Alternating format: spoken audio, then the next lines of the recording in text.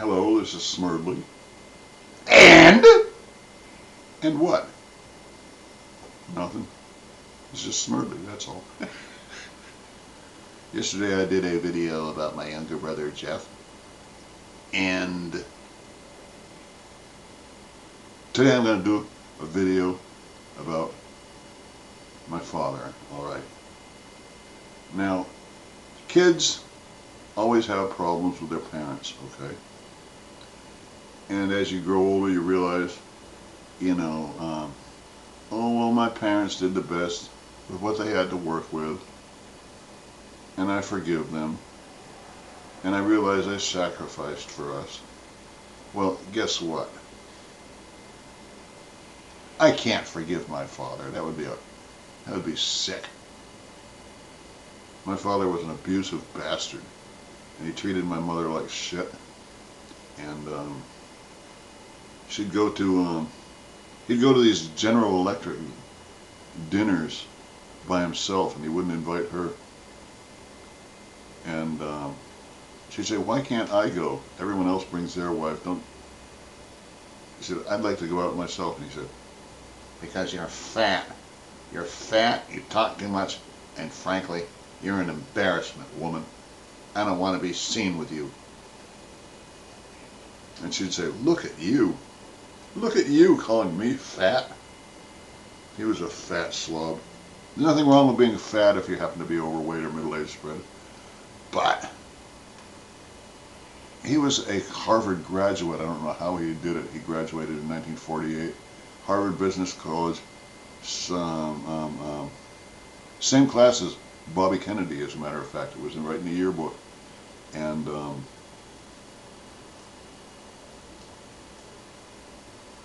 he took a bath maybe once a week, alright? And when we went to the beach, he'd go there with his nose plugs on. And when he got come up out of the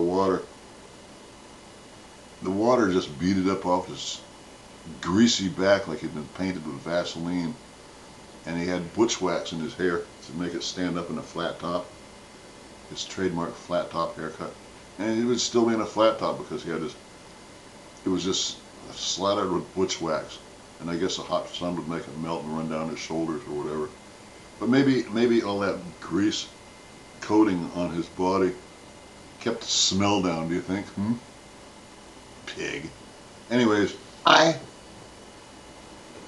managed to have fun with Daddy at his expense, because he said that he never wanted 6 miserable, stinking failure kids, and that we ruined his life by being born. And I thought, well, why the hell do you keep screwing my mother then? Anyways, here's one thing I did. We lived in a shitbox 2-story rented house from 1958 to 1968 outside of Erie, Pennsylvania, on an old dirt road. And there's something wrong with the plumbing, alright? And there was an upstairs bathroom directly above the downstairs bathroom. And if you flushed the upstairs bathroom, it would cause a big bubble of water to burst up from the downstairs toilet. Ba-bloom! Now, what I used to do was I'd see him waddling into the downstairs bathroom with his Time magazine and his pack of Rollies,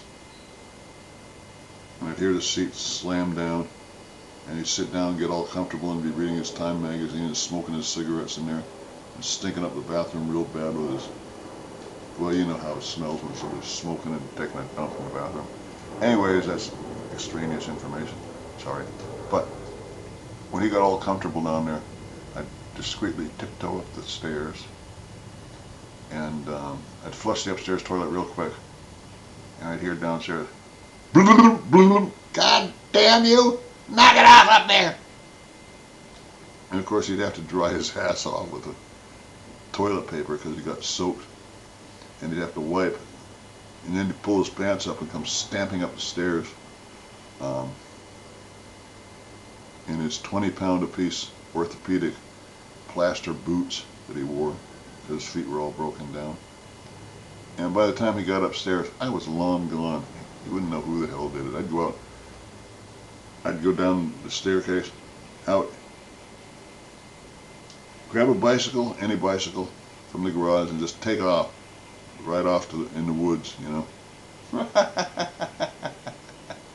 He'd never figure out who was doing it. And another thing, he had this workshop down in that cellar, and what he did was he read in Popular Mechanics or something that a good thing to do would be to take old peanut butter jars that were all cleaned out and to put nails in each jar and take the lid and nail them to the beams in the cellar ceiling, okay? And then when he needed a certain kind of nail, he'd look up there and he'd take down, you know, the 3-penny nails or whatever, and he'd unscrew them from the ceiling and shake out as many as he needed and put it back up there and screw it back in. Well, what I would do, just to get even with him for his abusiveness, would be to, I'd sneak down there in the cellar, and in strategic spots, I'd unscrew a jar of nails here and one there, all the way until it was like half a thread from it was just hanging there loose, okay?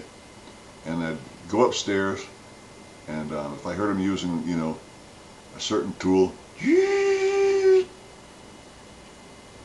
I'd just jump up and down, and it would shake the house, and it would be about 2 or 3 jumps before all of a sudden I'd hear a jar of nails come crashing down, hitting the floor, or smashing on the workbench, and sometimes they hit his body or on his head. It took him so long to stamp up the stairs, I'd be long gone again. I don't know, we used to, particularly me, I used to do mean things to my father, and I don't regret it one bit. I don't regret it. He said that having 6 kids made his life miserable, and that he hated every single one of us. Well, Mr. Poopy Head Daddy, you fool. You wasted your life, you asshole. And when you died, nobody even told me about it until the will came out. And the will said that none of his 6 kids would get anything. I wasn't surprised, because he always said he never intended to leave his kids 1 red cent, because we sucked and we ruined his life. So I guess it's a trade-off, because I helped make his life more miserable than it already was. And I enjoyed every single bit of it.